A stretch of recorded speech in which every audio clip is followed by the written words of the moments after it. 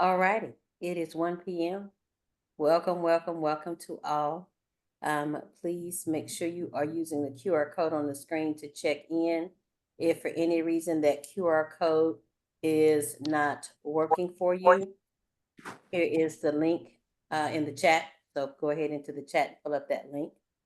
I am Michelle Jones. I am the program manager for Ignite and internships, cooperative education, and experiential education program here at Prairie View. We are excited with this inaugural 10-week summer session where we are presenting 10 weeks of professional development and hoping that those of you who have had a chance to participate so far have been finding the information that we're giving you that it is good and it is useful to you, helping you for those of you on internships or in your new jobs, hoping that this information has been helping you. And for those of you who are not yet working, we hope that this information is just helping you to prepare and to build your confidence, your professional confidence, as well as just being confident overall. Just a few things that I need to share before I turn it over to our dynamic presenter, Coach Dr. Danielle Figgins. We want to make sure again that you're checking in as a part of your requirement to make sure we get you counted in your attendance. We need you to have we need you to have checked in. We also ask that you I'm sorry, somebody was talking, I was trying to mute it. We also ask that you complete the survey at the end. These two options allow us to again make sure we have your attendance recorded. Weekly reflections questionnaire went out yesterday. Again, just to explain, it is for this week, 9 through 13, the week of 9 through 13. What did you do this week? How did it look? All of those questions are about your week 9 through 13. We will look at it, and if there's any additional discussion or anything that is brought to our attention there, we will bring it into the workshop next week when we have that workshop. One second. Asking as always, please, if you're finding this valuable, share it to your classmates and friends at Prairie View. Send it to the organizations you are a member of so that they can share it to the membership. It is not too late to participate. I have sent out information, I think yesterday or Thursday, with the attachments for the flyer as well as the brochure. Send that out to your friends, organizations, post on social media, tag our posts. We've got a clip from last week's session on there. Guys, go out there and tag that session so that other people get to see that information. We are adding the highest requests topics for from the survey to this summer. These are optional sessions. So if you do not have time to join, we get it. These don't count towards your attendance requirements. But you know, they are helpful sessions. So so the first session is going to be business and dining etiquette. I sent you guys that email with the flyer and with the PDF that just kind of gives you some questions and answers for you to kind of go through to see what you know already. But we will actually have the presentation on Thursday, June 26th, from 7 to 8.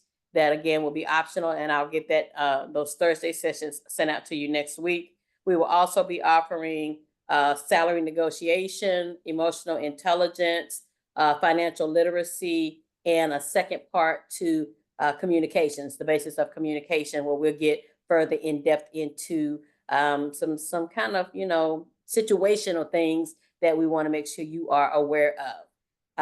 So that's what we've got so far. We appreciate you. Want you to engage with us.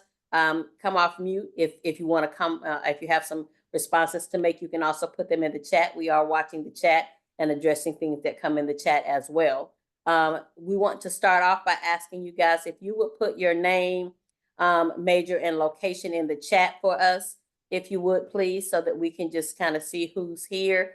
Some of the names on the phones don't give us on your Zoom accounts don't give us who you are. All righty. Thank you for that. I will now turn it over to Dr. Danielle Figgins to get us started. All right, thank you so much, Ms. Jones. Welcome, everyone, and good afternoon to you. As Ms. Jones stated, if you haven't had a chance, please scan the QR code so you can get credit for today. I'll give you a few seconds to do that if you haven't done so already. I know a lot of people still entering into the Zoom.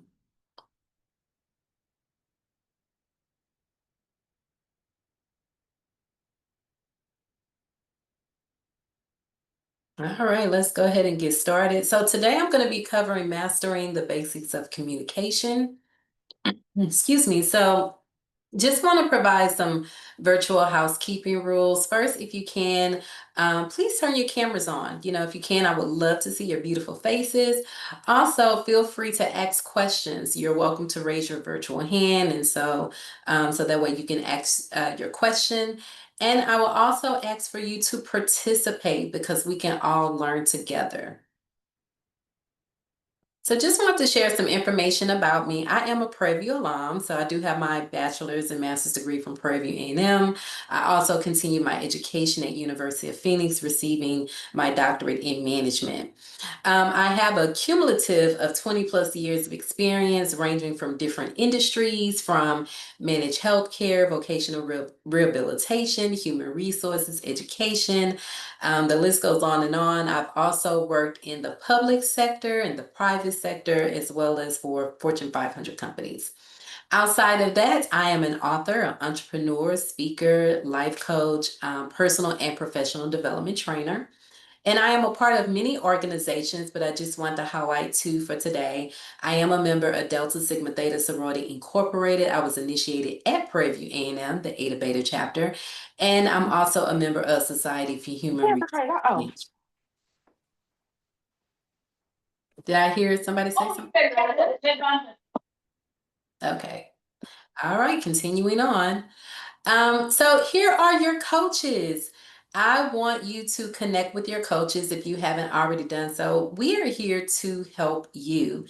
And so our caseload is based by the major, whatever your major is. Some majors are not listed on the slide here. And so for all other majors, you're welcome to reach out to Ms. Jones. But again, I want you to connect with your coaches.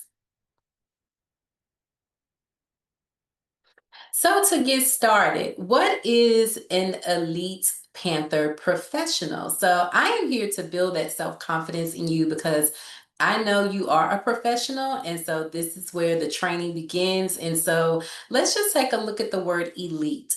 So elite is it's a selective group, right, of individuals who are successful. They are a powerful group of people. And so they are superior in terms of their abilities and qualities to the rest of the group in the society. So many of you are actively working towards enhancing both your college experience at Prairie View as well as your future employability. So at Prairie View, you are an elite Panther professional. So I wanted to provide some quotes for success, some communication quotes. And so the first one states, communication is one of the most important skills you require for a successful life. The second one states, communication is your ticket to success. If you pay attention and learn to do so effectively. The last one is communicate in a respectful manner. Don't just tell your team members what you want, but explain to them why. And so that's important. So we're going to take a look at the 5 basic communication skills. They're verbal communication, written communication, active listening, virtual communication, as well as nonverbal communication. So we're going to dive into each of them. So, with verbal communication, it's all about expression of thoughts and ideas, right? That's clearly and consistently used in spoken language. So, when we talk about tone, I want you to be mindful of your tone, and this is in person as well as phone calls, right? So, meaning to use your inside voice. You're probably working in different environments. Some of you may have, you may work in your cubicle, and so we want you to use your inside voice to be respectful of others. You don't want to talk too loud. Also, use appropriate language. Avoid using slang because, again, you are that elite professional and you are in a professional environment. And so avoid conversation fillers, or at least limit those conversation fillers. Conversation fillers are words and sounds that's used in speech or in writing to fill a pause or a hesitation without adding significant meaning. So examples would be, like, you know what I'm saying? Because some people say that as well. So if you can, try to avoid using those conversation fillers. And I can truly say that I am guilty of that because sometimes I use that a lot. And so you may hear some of my conversation fillers in my presentation, but try to limit that. Professional speaking versus personal speaking. Now, professional speaking is more formal when you are in your professional environment, and your personal speaking is more casual when you are among family and friends. I want you to take a look at two of these pictures before we dive into active listening. And you're welcome to take yourself off of mute. Tell me, what do you see in these pictures? Who's considering active listening versus who isn't? So, would anyone like to volunteer? I can. I feel like the photo that's on the far right side, to me, that shows active listening because it looks like, I guess, the young man on the left side is talking, and then the two individuals are listening to the speaker. While on the other hand, on the left hand side, it looks like, I guess, like a professor setting. That's what I can probably say that can connect to all of us. Like the professor has the one voice, and we're all just listening in. And even to me, it looks like they're kind of not annoyed, but like, can I say something type of thing, type of expressions that I see. Okay. All right. Thank you. Anyone else would like to share what they see? Would like to interpret the pictures? Um, to me, it looks like that they're making eye contact or trying to make eye contact whenever they're listening and their bodies are facing whoever's speaking. Now, which picture are you describing? Oh, I'm describing on the picture on the right, Okay. and on the left, only a few seem to be making eye contact, and some of them are just not looking at them, and the body language seems to be like a little disassociated. Okay. All right. Thank you both for sharing. So, yes, active listening is very important. As you could tell from these two pictures here, you can easily distinguish who's listening and who isn't. I mean, the picture on the left, the guy that's holding his tie, I guess he's ready to eat lunch or go to lunch, like I'm so ready to uh-oh. Let's see what happened there. It's my mouse. So as I was stating, look like he's ready to go to lunch and he's tired, versus the picture on the right. They look like they are a collaborative team. They're working together and they are listening. So active listening, again, it's all about just paying attention and responding to what people are saying. Is also how you interpret someone's tone. So when someone is speaking, you want to make sure that before you speak, that they're done speaking, and you don't want to interrupt them because it can be considered rude. And I know sometimes, especially when you're collaborating with teams and you have those team meetings, you have all these great ideas, right? And so sometimes you tend to overtalk people, but it's okay to say, hey, excuse me, or I apologize, for interrupting. I'll let you finish. That way, you're just giving respect to your colleague, to your coworker. And so that's what you want to do. Also, interpreting someone's tone. You want to make sure when you're interpreting someone's tone that you're also interpreting someone's emotions, right? When you are listening to what they are stating. Also, when your mind tends to drift. Let's say someone is talking, your mind is drifting, and you don't want to just respond right away. So if there's clarification that's needed, it's always good to say, I apologize. Can you repeat yourself? I didn't catch that last part. And it's okay to do that because you want to make sure when you respond that you are responding to what they're saying. So that pretty much kind of goes with listening before responding versus listening to respond. And also track the speaker, which is very important. So tracking the speaker is just demonstrating that you are actively listening to the speaker. It shows engagement and respect for the speaker. Okay, so nonverbal communication. So as we did in the previous slide, anyone would like to volunteer to share what they see in these two pictures here, in these two photos?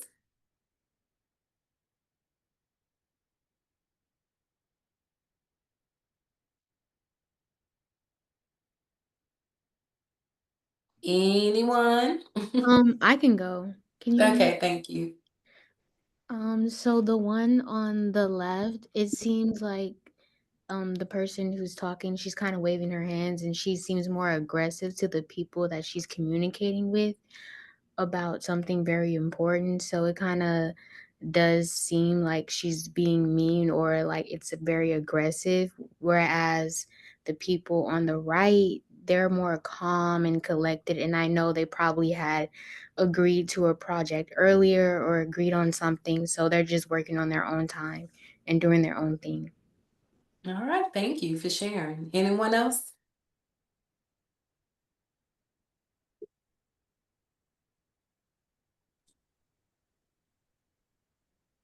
Hi.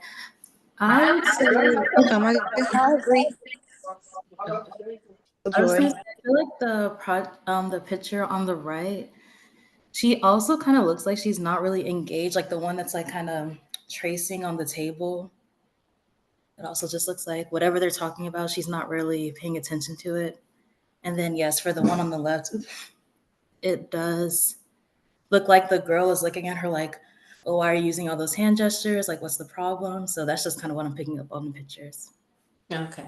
All right. Well, thank you for sharing. This is really great. So this is how we just interpret, nonverbal communication. It clearly shows the lady on the left with her hand up. It doesn't show that she's giving them compliments, right? She's not saying, "Oh, great job." It's showing the opposite. It looks to me as if she's complaining as if he messed up on an order or if that was a customer that wasn't happy. And so from the other lady's face that's looking at her with her hand up, she's looking like, oh my gosh, she's really upset. So this is how we interpret our nonverbal communication, right? So you have to be careful with your body language, when you are in the workplace and you're communicating with your other coworkers, with your body language, your hand gestures, your facial expressions.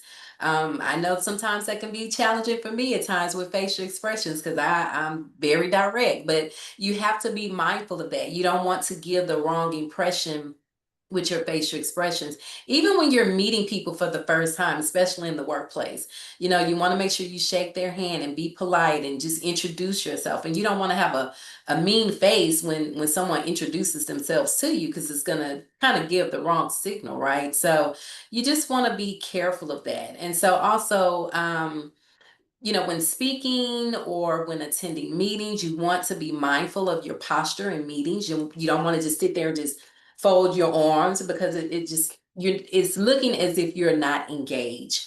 And so you're kind of taken away from the speaker. You're not really tracking the speaker, so to speak. And so also, again, just be mindful of facial expression. So all of this is very important when it comes to nonverbal communication. Now, written communication, this is just an expression of ideas in writing. I would say be mindful of your tone, especially when we're talking about emails and instant messengers or in Teams, the chat, pretty much. You want to be mindful of your tone. So if you receive an email that you taken it as if it disappointed you or you become upset, please do not respond in anger. it's very important to be mindful of your tone in your response. So if you receive an email that makes you upset, step away, take a break, calm down, come back to your cubicle, start collecting your thoughts. You can collect your thoughts and just start writing a draft, of the email in a Word document, But what you don't want to do, I call it going into email war. You don't want to go into email war with someone and just respond in anger, because once you send that email, that's it. That's a recorded document. And so you want to be mindful of your tone in written communication. Also, using appropriate language. You want to make sure that your tone is, not your tone, I'm sorry, the language is professional. You don't want to use language that you're using with family and friends. You don't want to say, oh, she ate that and left no crumbs. They're like, what is she talking about? You don't want to speak in that manner. So again, be careful of your language. And avoid using acronyms, right? You don't want to be like WYD or WTH or AF. You definitely don't want to use AF, but you want to be mindful. And so just like we kind of see it with celebrities, we see it with celebrities all the time on social media, right? Maybe they posted something that was inappropriate and then they hurry up and took it down. And next thing you know, the shade room is like, they title it like post and delete, right? And they're sharing what they caught the celebrity said. Yes, I follow the Shade Room and all those other blogs as well. But just saying all this to say, celebrities do it all the time, right? They post something that's inappropriate and then they immediately take it down. But my point to you as professionals is that you don't want to do that. So again, be mindful of the tone, be mindful of the language.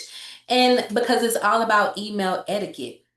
So you want to make sure that as far as your emails, allow your work emails to be just for that. It serves the purpose of work. You don't want to use your work email to email your family and friends. You don't want to do that. So if you, and I know that most of you all text, but you get what I'm saying. You don't want to like share a link or anything like that using your work email. So just consider it like this. You have to separate personal and business. So for your personal business, you want to make sure that you use your personal email on your personal devices, meaning like your cell phone, and not on the work email. Because again, employers, they're watching this.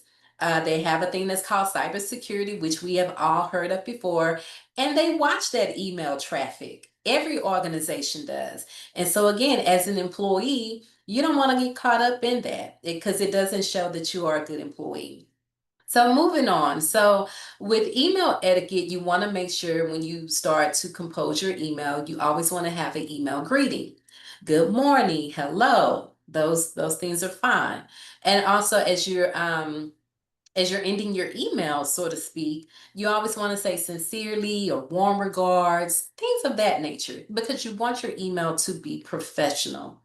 Now, I would say do not use all caps. All caps is considered shouting, it's considered aggressive, like you're yelling. I know a lot of times we may do that in a text message, but be mindful of that in a professional environment. Because if you send me something in all caps, I'm like, why is she yelling? She is upset. You don't want to send the wrong message. Also, be mindful of replying to all. There are a lot of times that employers may send out a mass communication to everyone in the organization. And so you don't want to reply to all. People like, okay, why is she replying to all? So unless it's necessary, and that's most likely for your teams that you're working with. So be careful when to use the reply all button. And also to respond in a timely manner as well with your emails. Visual communication. Dr. Freegan, I'm sorry, someone had a question? jump in for this is Mr. Cooper. Yes.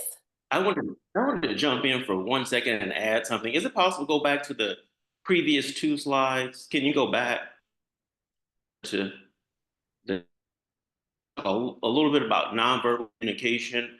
I am Mr. Cooper in career services. I was in corporate for 20 years. I want to talk about the importance of going into the office and speaking to everyone and having positive energy. or just having positive energy in general. I worked at one particular place, new hire came in and didn't speak to anyone. And I was shocked. She didn't even speak to the court attorney.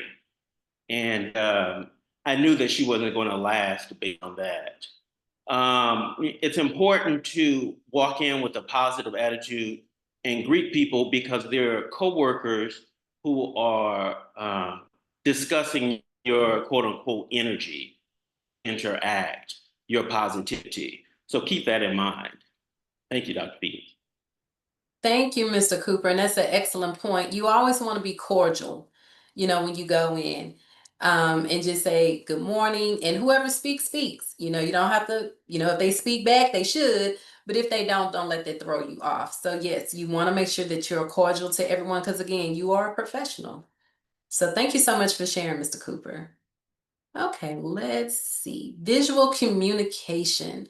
So visual communication is all about when you are providing like visual aid. How do you convey your message? So just like right now, I'm providing this presentation to you all. How is it engaging where you all can understand what I'm trying to communicate? So just think of presentations and visual aid in conveying information. So I want to talk about the 7 C's of communication.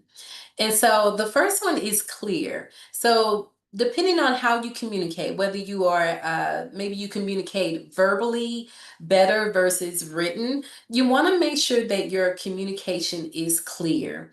So you want to be clear about the goal and the purpose of your message. Also, you want to make sure that it's concise. Keep it to the point. Keep your message short and simple. The third one is concrete. You want to make sure that it's clear, it's not fuzzy or fluff, that you are providing detail, but not too much detail. Also, make sure that it is correct. You want to make sure that the message is accurate and grammatically correct. Also, coherent. Make sure your message flows well and it lays out logically. The next one is complete. Make sure to ensure that the recipient has everything that they need to understand. And lastly, courteous. You want your message to be friendly, polite, professional, and open. So with all that being said, how do you develop your communication style? Again, as I presented the 5 basic skills of communication, some of you may be verbal communicators. Some of you may be more written communicators. I mean, we all have our own way of communicating, right? But how do you develop your own style? And so, as I stated earlier, I am all about building self-confidence in individuals. And so I want you to be sure that you are confident, that you have confidence within yourself, meaning that when you communicate, you maintain that eye contact, you check for that understanding, and you have emotional intelligence as well. So confidence, it does play a significant role in how you communicate. And so your confidence is built through good eye contact, tone, and good posture as well. But also be mindful that when you are in a professional environment, that you're working with all type of people, right? People that come from different cultures and backgrounds. And so how you communicate with people, everyone communicates differently. So as you may maintain that eye contact, some cultures, they don't maintain eye contact because that's just not how they grew up. That's not a part of their culture. So be mindful of that. Also with emotional intelligence, I know that's a topic that's been out for a few years, the term rather. And so emotional intelligence is all about recognizing and maintaining your own emotions as well as others to improve how you interact with them. So, emotional intelligence is all about self awareness, self regulation, empathy, and social skills, which contribute to developing relationships and problem solving. So, just to provide an example, examples may include active listening to a speaker without interrupting or judging. Another example could be showing empathy, right? You're understanding and you're sharing feelings with another person, even when you disagree with their perspective. And so this is just putting you yourself in the shoes of things from the other person's viewpoint. So possessing emotional intelligence, it enhances your communication style. So moving on, outside of confidence, I want you to be authentic, right? I want you to set the tone. So setting the tone is important in your voice and your behavior. So remember, your coworkers, they're watching you. And I'm going to say that again. Your coworkers are watching you at all times. So you want to make sure that you have that overall professionalism, excuse me. Also, be self-aware. So identifying your unique traits when communicating with other people, and you want to speak to people with confidence. You want to be adaptable. You want to be flexible in knowing how to adjust your communication based on the need or the situation. Meaning deciding, should you send a written communication via email, or if you should just go to that coworker and just speak to them. So that's what I mean by being adaptable and flexible in that sense. And also just be genuine. It is nothing wrong with just being kind and spreading kindness, especially in your messaging. So what are the benefits of communication skills? So the first one, it increases trust and loyalty, right? And so that's with your teams and the organization as well. It enhances productivity. So, with clear instructions and communication, productivity can increase knowing you can move forward with your task and your projects. It also reduces conflict as well as improve resolution. So, communication, it does prevents misunderstandings, and it does reduce the conflict as well. And it also provides future opportunities. Your professional and personal life depends on how great of a communicator you are. So you do not want to be known as a miscommunicator, and no one wants to be around of a person that provides miscommunication, or I'm sorry, misinformation or disinformation as well. So you want to make sure that you communicate well. And just remember that people gravitate to individuals who communicate clearly, concisely, as well as how people articulate. So you want to make sure that you are a great communicator, because it will definitely help you out in your professional journey. So before I close, I want to leave you with a coaching question. And this is just a question that you can reflect on your own time. You're welcome to take a picture of this slide as well if you want to reflect on this question. And the question states, how can you adapt your communication style to effectively engage with professionals in your internship while maintaining authenticity and confidence?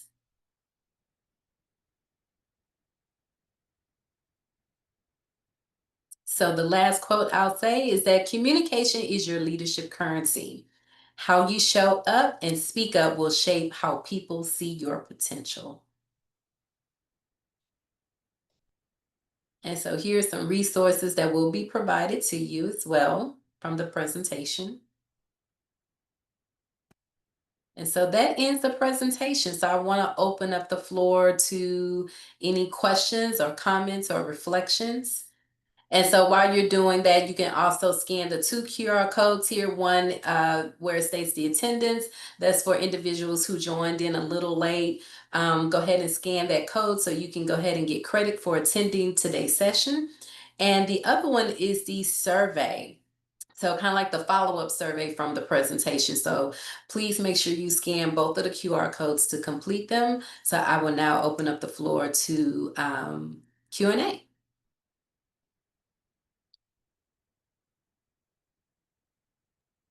Hello, I have a question.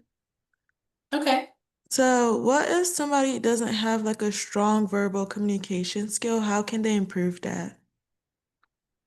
It's all about practicing.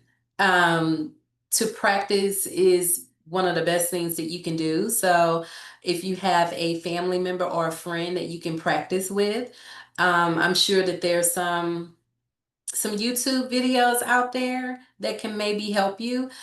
If not, you can always go to your coach, your assigned career coach. We are also here to help you as well, as far as how to improve your communication skills, your verbal communication skills. I would also say that there are ways, just from an academic perspective, volunteering more for things in class that require those conversations. So, ultimately, you need to put yourself in those communicating environments to force you to have to do so. Participating in maybe depending on your major, but participating in the debate club, participating in Toastmasters. Yes, Courtney, practicing in the mirror, speaking loud so that you can kind of just build that confidence. But getting into organizations where you become a part of the leadership or take on chairing roles, but just putting yourself in environments where you do need to start speaking up and enforcing it, and definitely practicing on your own. But we are here for you as well in the department, your career coach, any of us on the Ignite team. We're here for you to come and just have those conversations.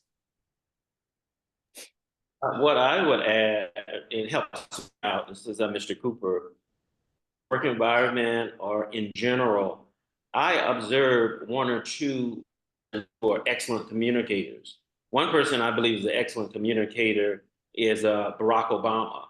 I think he has excellent communication skills. If you find somebody in the work environment, whatever environment you may be in, study that person and begin to try to take on a few characteristics that that person has that makes him or her an excellent communicator. For example, I noticed that Barack, he'll pause and he'll listen for a long period of time, and then he'll respond. So that's an example of, slowly learning, but consciously trying to improve yourself based on a model.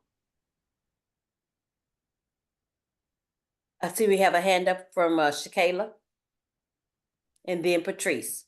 Hi, yes. So I haven't started my internship yet. I start June 23rd, and I was wondering if I should like send an introduction email. Just because I know like a lot of the time managers or supervisors have a lot going on. So just to like, I don't know, like introduce myself, I guess.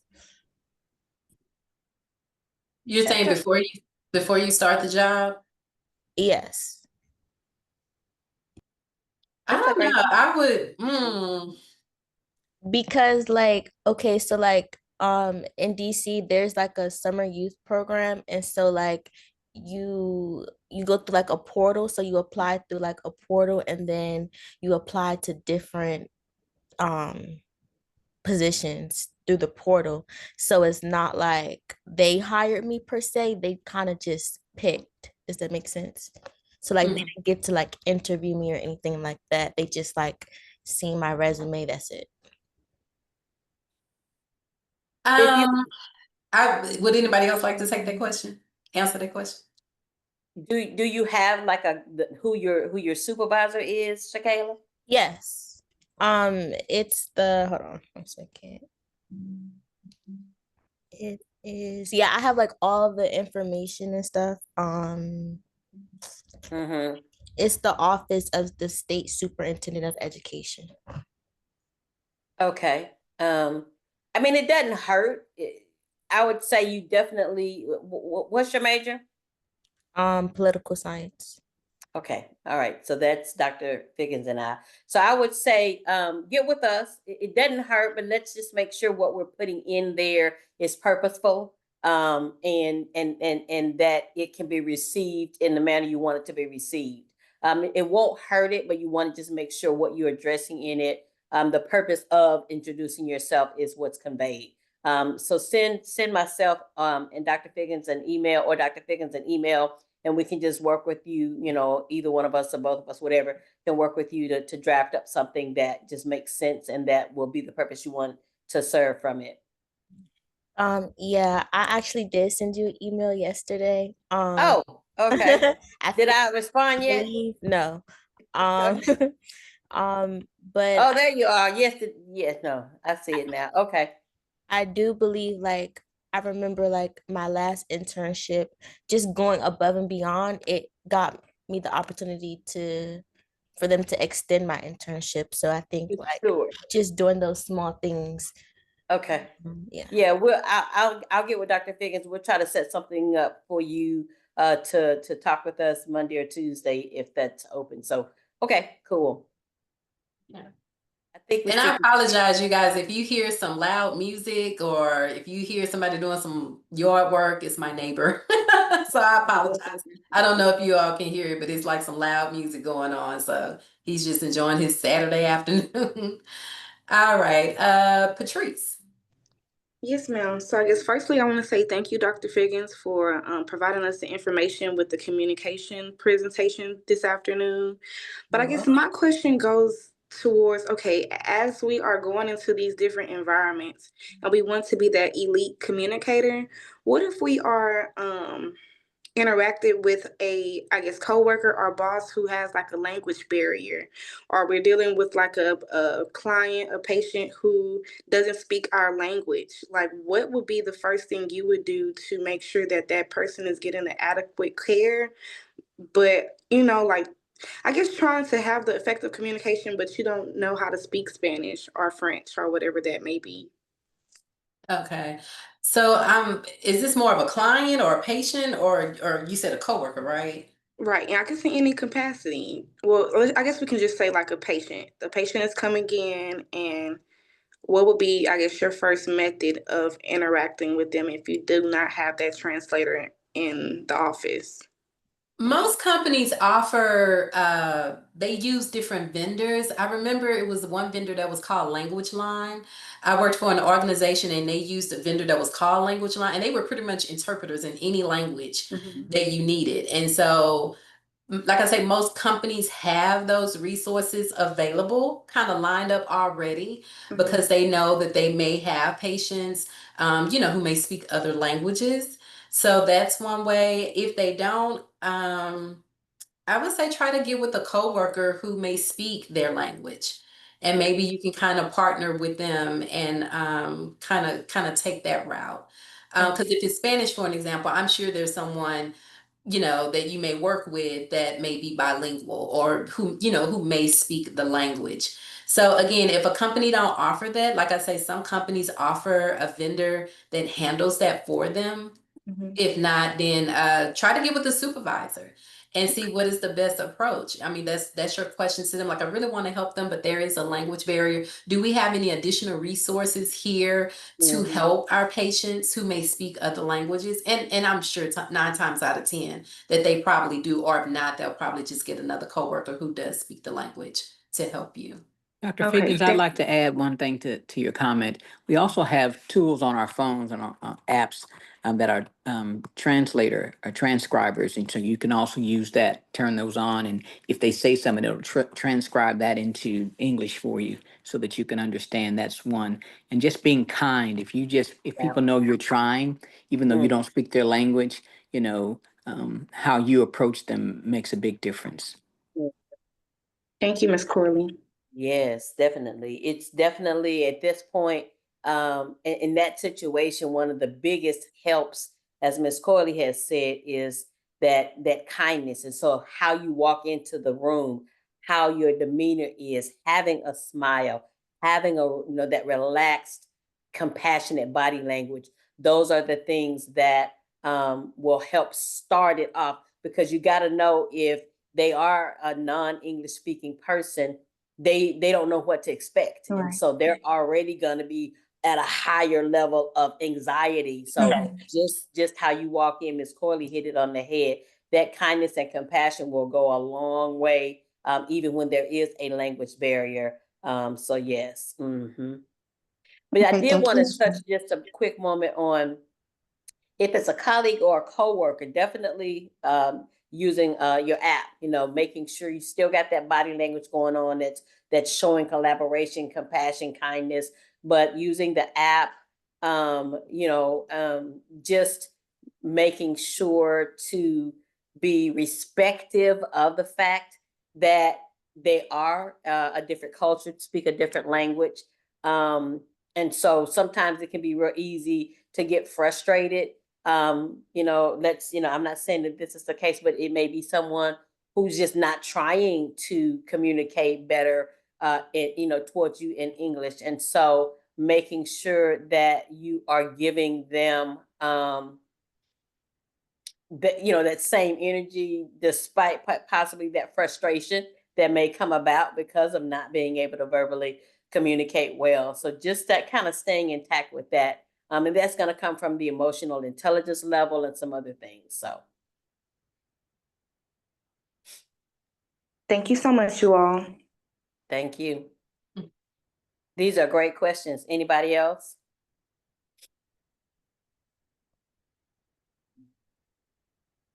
I wanted to bring up something. We had a lively discussion the last time, Dr. Figgins, about the blind carbon copy. Did you want to kind of address a little bit with that? Just a touch, just a teeny bit.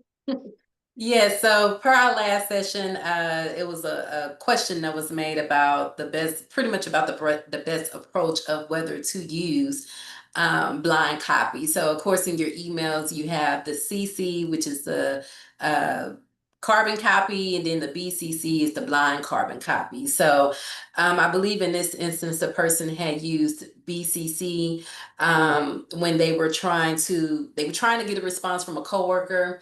And so they end up replying to the coworker, but they blind copied the manager. And so blind copying is kind of like how can I describe it? It's not to throw anyone under the bus. So that's what it's not for. And so you want to be very careful when you blind copy someone. And because again, I know people tend to do that a lot, especially, they want to blind copy the manager, but they're responding to a coworker or what have you. So I don't pretty much try to avoid using it. You can use it for yourself, like if you're trying to, whatever that particular situation may be. But again, don't use it to try to throw someone under the bus, because when it comes out, because like I say, people talk, and you don't want the manager telling the coworker like, well, they blind me on that email. That kind of start up a little mess and gossip there, and that's what you don't want. And you don't want to look like the person who's always I guess trying to throw somebody under the bus. I know there's more that I can say, but I'll let my other coaches chime in there and advisor as well.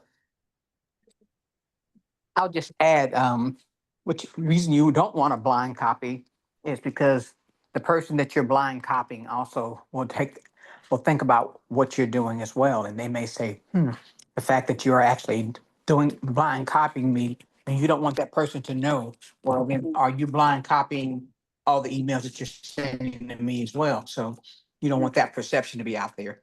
And if you have an issue with something and you need to share information with someone else, just forward the information after the fact rather than trying to do a blind copy on it directly. As Dr. Figgins said before, email is definitely that trail, that electronic trail that you don't get around. Once you click send, somebody has it, and now you've got to deal with the fallout that could potentially come from it if you didn't handle that business correctly. And so even with copying people, just because you feel like, well, if I copy XYZ on here, they're going to do this or they're going to do that. No, if there is no true need for a person to be carbon copy on your email, don't just arbitrarily add them out there. One rule of thumb that I use, or typically, and I don't even use this all the time, is if I'm bringing somebody in to the conversation, and I know that that person is going to be a back and forth in that conversation, I will then bring them in and carbon copy them so that they are aware of the conversation and their input into whatever that conversation is about. But just to like throw my manager in there or to throw whomever in there, if they have no need to have that information, and there's nothing at that point that really needs them to be involved in that two-way communication, then there's no need to add them in. That's just, again, a lot of times your bosses get a lot of emails. They do not have time for you to be, you know, and I know everybody talks about covering your behind. I get it, but that documentation period, that email period, and Dr. Figgins said carbon copy, blind carbon copy yourself, if you will, if you just want to make sure you have that original literal email that was sent, you can do that. But yeah, documentation beats conversation 100% of the time. So as long as you got that email, do so. And likewise, if you're having conversations about something with a coworker or your boss, and it's something that you know that there is some type of action or call to action that may be required, or you're being told not to act, again, hey, per our conversation this morning, I just want to make sure I'm clear. This is what, this is what's happening now. Just so you can, you can say, because that conversation can go either way when you go sit down about it. So you want to make sure you have truly that understanding with that other person. If there was a conversation about it, and it has to do with your work. I'm not saying every little thing they tell you to do, run and do an email, but just making sure if there is something changed in how you're supposed to do something, or change in the request that was asked, those kind of things, and it's a conversation, just go ahead and put it in writing, just so that person can say, yes, this is the understanding I want you to have, or B, you know what, no, that's not what that meant. This is what that meant. So. And also, I found an article on LinkedIn, and so, like I said, that will be shared as part of the resources that you will receive. So, and it's just a short article talking about the pros and the cons of it. So, we just want you to be mindful, of when to blind copy and when not to blind copy. All right. So our next session or topic is time management and accountability. That starts on Monday at 6 p.m., Monday, June 16 at 6 p.m. We are excited to see you guys next week. Let's see, just want to double check something. So while Miss Jones is getting her information together, don't forget we have 3 sessions every week: Mondays at 6, Tuesdays at 7, and Saturdays at 1. Make sure you sign in and you check in so that we can know that you were here, so you can again get the incentive for attending. Also, we want to make sure that you guys are filling out the surveys. The surveys give us information to help us determine what other topics you guys might need. And then after Ms. Jones finishes, if you guys have any other questions, please don't hesitate to ask.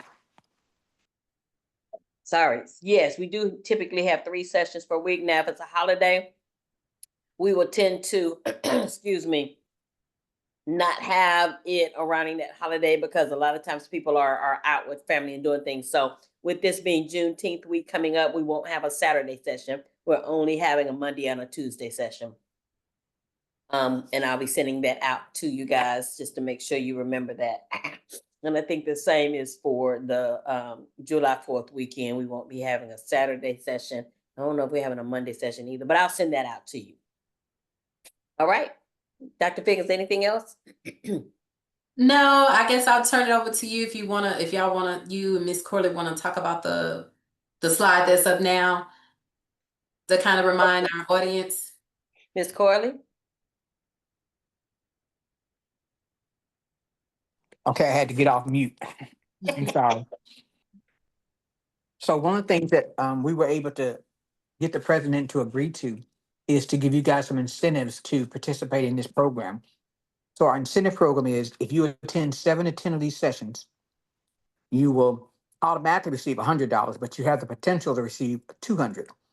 If you only attend 3 to 6 of those sessions, you have the opportunity to receive $50. And so we're trying to encourage you guys to attend these sessions and actually have access to coaches to answer questions. You also have access to coaches during the week. For any of the coaches, we'll put that slide back up as well. Any of those coaches are available to you. You can get to your coach information through Navigate, but also they'll have it on the slide. But we're trying to incentivize you guys to participate in as many of these programs as possible, these sessions as possible. This is for you. It's not about us trying to just talk. It's really about making sure you guys have tools and resources to help you throughout your summer. So encourage your friends to participate, send them out the information. It's never too late to join. But we want to make sure we're providing information that's really helpful for you. But also, if you have topics that you are interested in inside the survey, you can put those in there, and we'll try to accommodate some of those topics on Thursday evenings and give you guys just sessions, special sessions on Thursdays. Those sessions, as Ms. Jones mentioned, does not count against you if you don't attend them, but they're created because you guys are asking for them. Mhm. And we just also wanted to make sure that you guys are getting that professional development. And again, we've been in the workforce, most of us have been in there over 20 years, some of us even way more than that. But we also, if any of you guys are on a second internship or anything like that, and you as a student want to speak to some of the topics that we're offering, let us know. That's also on the survey. If you want to be like a student facilitator to any of the topics, you can work with whichever coach is presenting and add that student perspective. We've been asked for you guys by you guys that you want to hear sometimes from students as well. So we're looking for you guys that want to speak up. You want to practice those verbal communication skills. Thank you very much. All right. So put it on, tag us on PV Career, PV, what is it? PV Career Services? No, PVAMU Career Services is our Instagram. Please tag us. There is a video clip from last week. Send it out, put information out about how you're enjoying it, the value you feel it's adding. Share that information around. Let's share the love, and let's make sure we are bringing as many people into our circle as possible. We want what's best for you all. We want you to walk across that stage knowing that it's only up for you. Thank you very much. Have an amazing rest of your weekend. Bye. Thank you. Have a good Thank weekend. you. Thank Bye. Thank you. Coach Jones, one thing I do want to say is that I just want to spotlight you because I feel like you are a true example of what like pure communication is, like within informing us on the new upcoming dates and everything. So I just thank you so much. Thank you for that, Ms. Gatterson. I appreciate it. Thank you. My pleasure. Have a good one. Bye-bye. Have a good one.